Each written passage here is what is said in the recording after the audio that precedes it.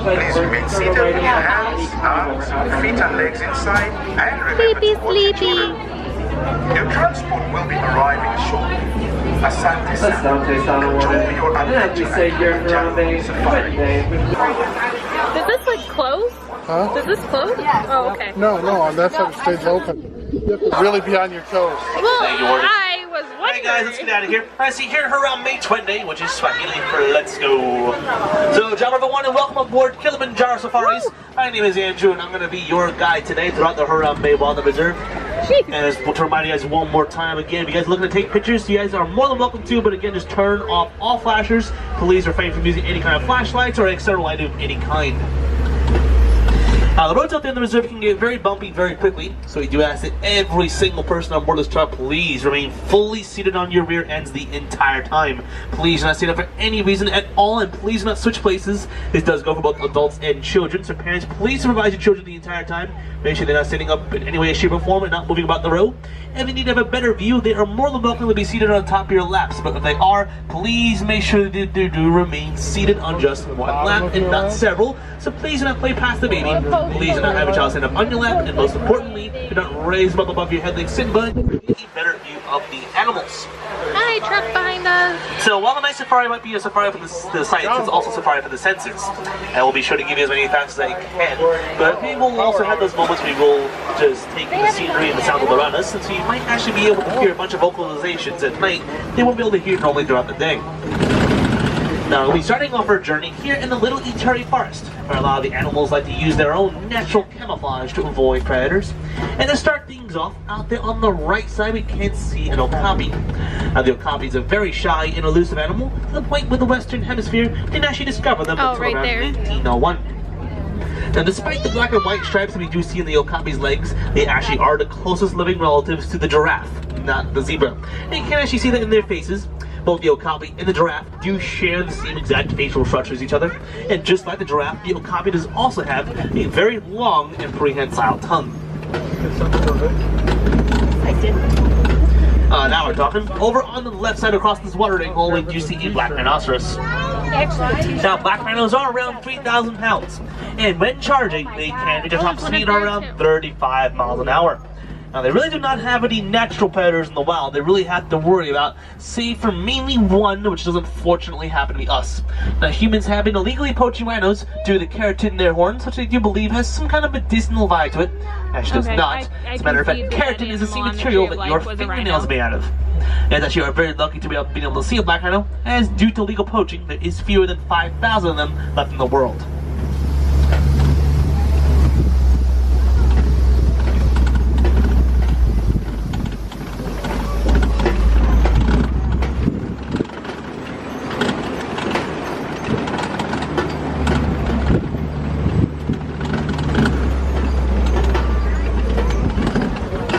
Now, up ahead is going to be the Safi River, home to the Nile hippopotamus.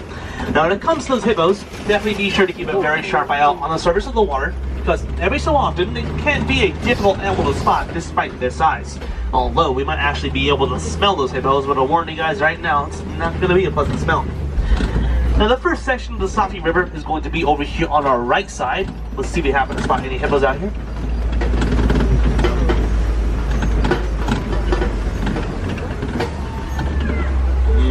Ah, there's one right there.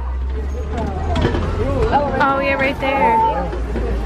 Now, when the hippos are fully grown, they do weigh in at a whopping 5,500 pounds, with even newborns coming in at around 85 pounds. Now, in order to keep their bodies from overheating, the hippos like to spend a lot of their time underneath the surface of the water, sometimes for as long as around 5 to 8 minutes at a time, which is why I say that they're sometimes difficult to spot.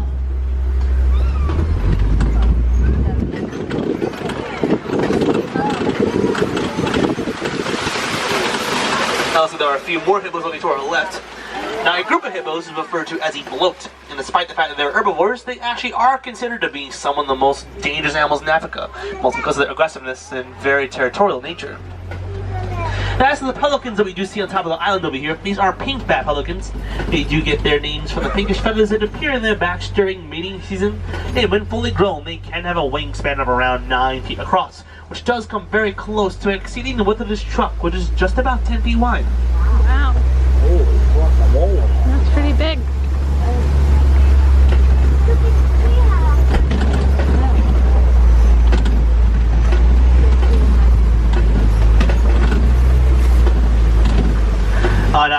to our left, we do see a whole group of Nile crocodiles, also known as a float. Now, the Nile crocodiles are the largest in the crocodilian species, coming in at around 16 to 18 feet long, which is almost as long as a giraffe is tall. Now, the jaws are immensely powerful, snapping shut with a pressure of around 2,000 pounds, breaking bones almost instantly.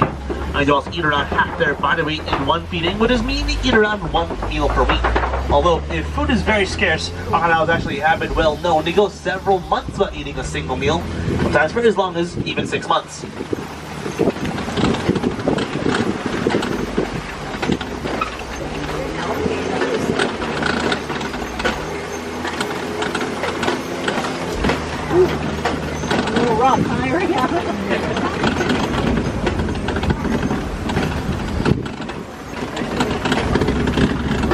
Alright, now we are about to enter the savannah.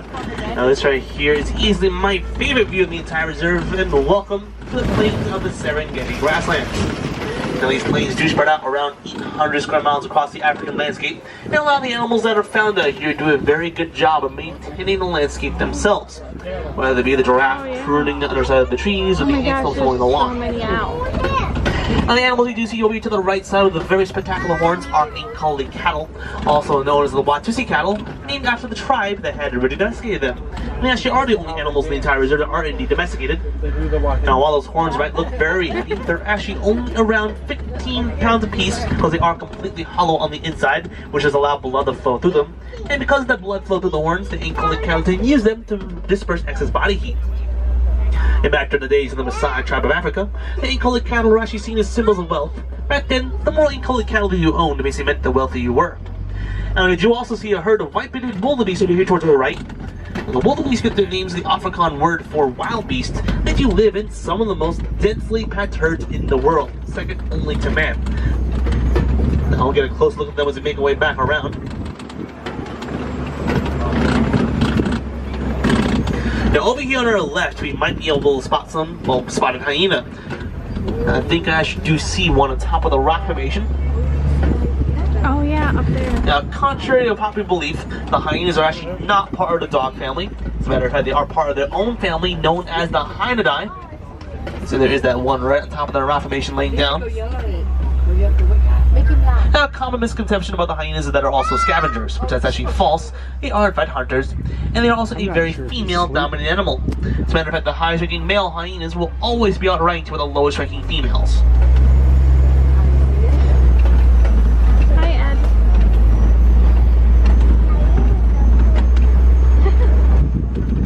Now, we do see quite a few termite mounds all around us over here. Now, termite mounds are as hard as concrete, and they are made of a mixture of dirt, sand, saliva, or in some cases even dung. Now, a lot of the larger animals, like the giraffes and even the elephants, but they make use of them as a scratching post until the point where they will just completely topple over. And a good example of what that looks like is the dome-shaped termite mound over here to the right. Oh, there's a little springbok. Now, further ahead to the left, we do see a very tiny antelope. You also do see one on the right.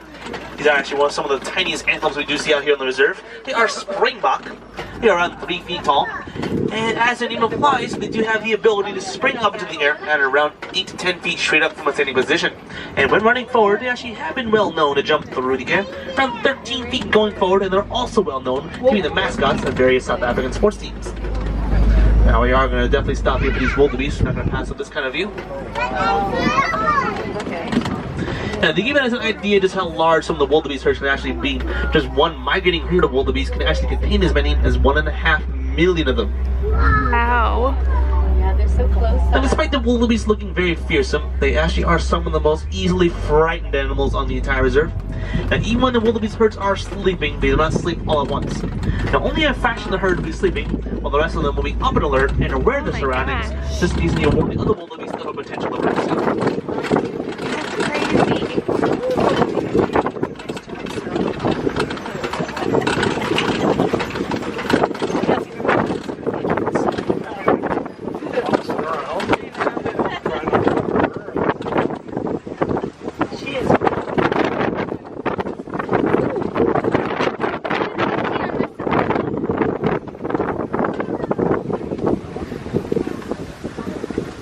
Yeah, I'm pretty sure that's where you eat if you're on the Wild Africa track. That's cool. Yeah, during the day, they like walk over a bridge over the crocodiles Yeah. We saw There are a few giraffe further ahead to the left. You actually can't see them moving behind the palm trees. that. Now, when they're fully grown, the giraffes It do took stand 4 roughly hours at around long. It 18 to looked 20 feet tall, amazing. making it the tallest animal in the world. And they usually spend around 16 to 20 hours of the day, mostly just eating I see constantly, one walking. and they'll only ever really sleep for around a half hour. But the giraffes will never really sleep that full 30 minutes in one sitting. They kind of just split it up throughout most of the day, and the giraffe never even sleep laying down. They'll always have to be sleeping sitting up or sitting down. Let's go get a better look at them. If you're lucky enough, you might be able to spot a few babies.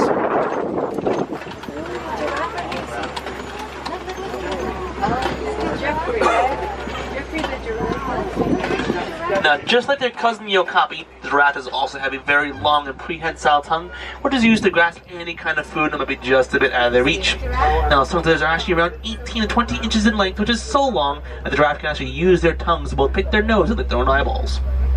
Now, whenever the giraffe are running, they always seem that they go very slowly, but they actually do run quite fast, at a top speed of around 20 to 30 miles an hour. Oh, here they come. Coming to get you. Yeah, the other day, 2 rhinos walked right by the truck. Like the wildebeest, they were that close. They were rhinos. They were super scary. Now, over here to our left, we do see some Patterson's eland, the largest antelope in Africa.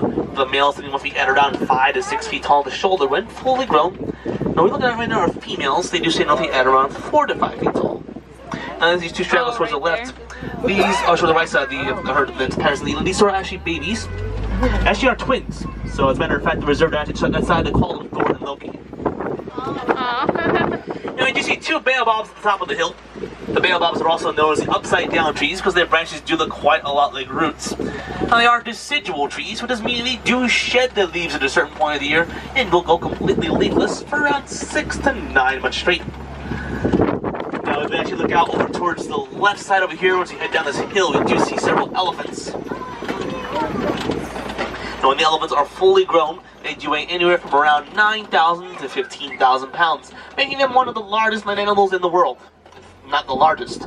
They're also a very female-dominated animal as well, just like the hyenas. As a matter of fact, their herds are always usually led by the oldest and wisest of the females, known as the matriarch. Let's see the elephants over here towards the left side of this baobab.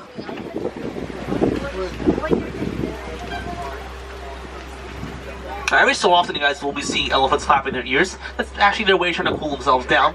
By getting a nice air current to those blood vessels right behind the ears, the elephant can actually lower their body temperature by as much as 15 degrees. Oh, wow. Now, over on our left, we do see the greater flamingos. Not only are they the tallest of the entire species, but they also do have the lightest shade of pink. Although they do actually start out gray, and by eating a lot of tiny brine shrimp as well as other smaller crustaceans, which are rich with keratin, that is what turns the flamingo's feathers from gray to pink. Although the whole process does take around a year or so to accomplish. And believe it or not, a group of flamingos is actually referred to as a flamboyance. And I'm not even kidding. Oh, yes, hello.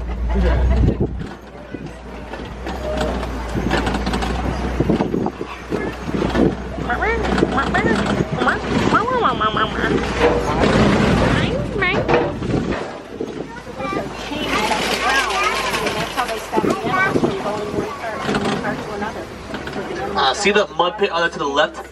That just give me an idea that we might be in rhino territory once again. Now that mud pit is actually referred to as a wallow. In order to protect their skin from the sunlight, the rhinos like to roll themselves around the wallow in order to cover themselves in a nice thick layer of that mud. So you might be able to find a few more further ahead. As a matter of fact, I think I do see one down there to the right. Might not be the best view in the world, but we'll be heading over that direction momentarily. So to remind everyone, we've already seen a black rhino at the beginning of the tour. What we're on the lookout for now are white rhinos, which are around 2,000 pounds heavier. Oh, yeah.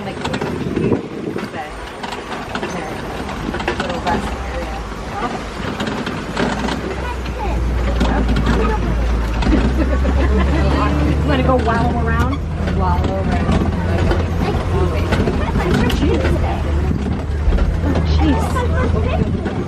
Oh, you did? Where did you do that? Oh. They have the pedicure up there. And there was a pig, and I got the person. Alright, now up ahead, we're about to come across a Kopi Rock Formation over towards the left side of the road. And the Kopi Rock Formations are actually well known to be the domain of the lion. keep a lookout. Don't see anything just yet.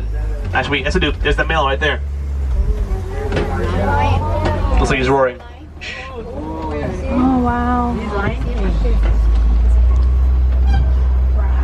Well, he was just roaring. Now, lions are among the largest carnivores in Africa, and they're one of the only big cats to actually gather together in a pride to hunt cooperatively. When it comes to the majority of the other big cats, they usually hunt on their own. Now, when it comes to the lions, however, it is usually the females that do the majority of the hunting, while the males will stay behind in order to guard their territory as well as watch their cubs. Now, there is a female right there. Oh my god. When the lions are hunting, they are almost completely silent because of the padded paws they have at the bottom of the feet. It does help them make them very efficient hunters. These animals that we're looking at right here, that are closest to us, are water buck. They do secrete some kind of foul-smelling and oily substance all over their fur, which has helped them both waterproof their fur, as well as help them find other water buck because of that foul smell of theirs. And don't worry, the lions can't get to them. Basically, what we can't see between us and the lions is a 20-foot ravine that's between us and them. They can't make that jump. Yeah, thank God. And we do see one of the white rhinos to the right. Now, the white rhinos aren't actually colored white. They are simply a lighter shade of gray. And the reason why they are called white rhinos is actually because of the wide lips they have, coming from the Afrikaans word for wide, which is white.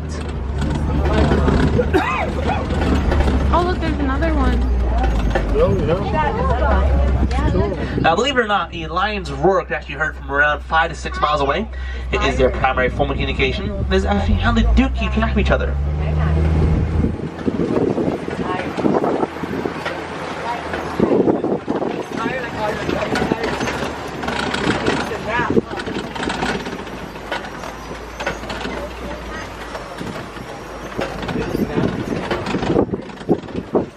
Looks like there's another white rhino over to our right side. If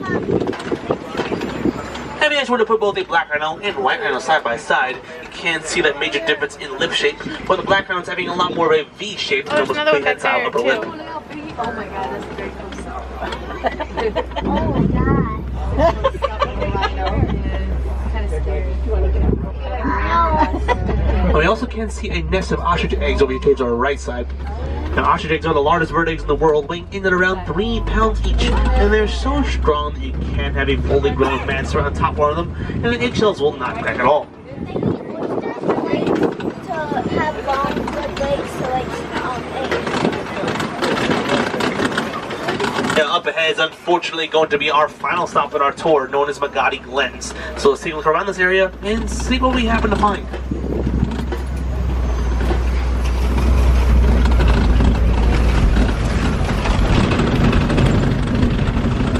Now, over on our right, we do see a scimitar horned oryx. It does get its name from the extremely long and curved horns of the head, which are around 4 feet in length. They do have the remarkable ability to reflect the sunlight off of their coat, which does allow them to remain a lot cooler.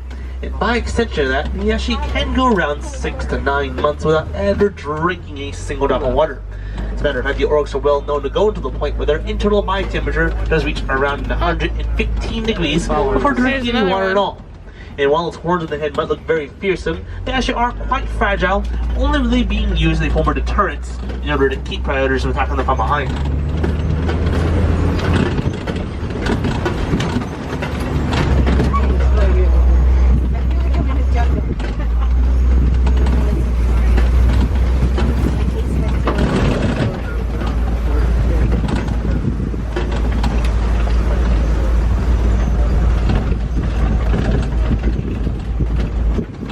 Now, if you do happen to have any wilderness explorers on board today, listen up, as you guys have been riding on board the Simba 1. That's S-I-M-B-A and the number 1. Be sure to write that down on page 15 of your handbook if you explorers happen to have them on you. And now, judging by the watering hole coming up, it does seem as though we are nearing the end of our safari, folks. So make sure you guys do gather all personal belongings you guys may have brought along with you.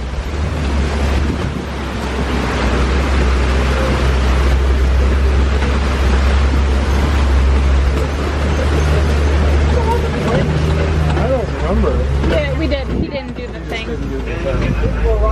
The one this morning was the only one that did. Saturday they didn't do it either. Another thing you can do to help protect the animals is very easy. About every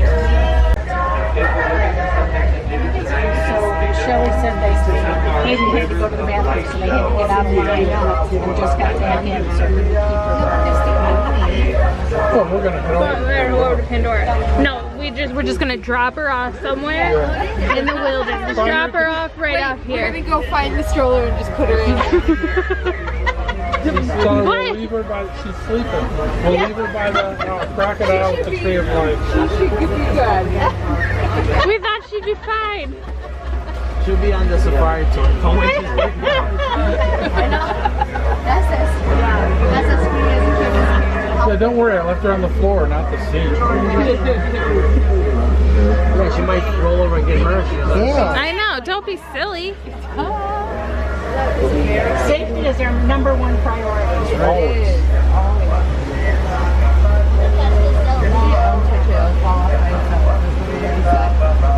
No picking. The longer you leave it on, the more it'll stain and the longer it'll stay. Yeah, yeah.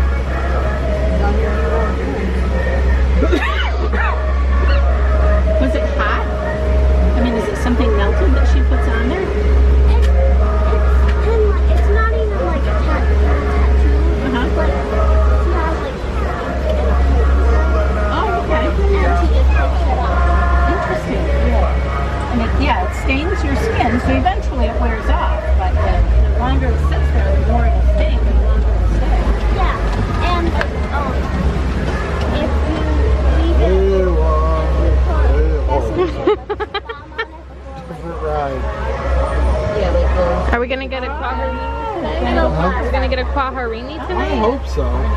Jeez. You've got your lip smackers. Just rub it right on there, and you're good to go. And you can even lick it, and it won't hurt you. I've been using that a lot lately. Yeah. Good. Now, as we near the end of our safari, Oh. here in Harambe, we do not say goodbye. Oh, sorry, what? We say Kwaharini. No, I don't. Kwaharini is a I Swahili phrase. use only one kind of lip Well. chapstick. So she just keeps it as a decoration. Yeah. But it's on display in my hotel room. Yes, I'm a Do you have it in the windowsill or anything? No, just on the TV. Okay, well, he said it. The guy in the car ahead of us said it. So. Really no excuse for this thing, though. I'm sad you guys didn't get to see the warthogs because there's baby warthogs. Yes. How many restaurants do you have in Just the one, just the food court. Yeah, that's what I'm saying. Like, how many? Oh, like in there? Yeah. Oh, I don't know. I think 3. That's what we have. Did you guys serve like meatball subs with food? I think so. I just get drinks though. We brought our own breakfast. Yeah. We brought Pop-Tarts and bagels. I brought bagels. Yeah, here in Harambe, folks really did not like to say goodbye. Goodbyes are far too sad and far too final. So we're leaving you with this an old Swahili phrase, kwaharini, which just means to go well. So, kwaharini, everyone, do go well. Hope you guys enjoy the rest of your time in the Harambe village To get a kwaharini. and wherever else your travels may take you. All right, well, you guys have fun. Thank you. You too. I made it. Thanks, guys. Have a safe flight home. I love it. That's the plan. Yeah, that's the hope. When do you leave? Tomorrow Are you morning? guys leaving early? We leave in the afternoon, so we're gonna go to the Magic Kingdom in the morning. Oh, sweet. Start packing back out. We did all of our laundry last night. Yeah, we did too, actually, yeah. All right, thank you guys so much. All right, we'll see ya. Bye, Haley. Yeah. Bye, Haley. Bye, Hayden. Bye, Haley. Bye, guys.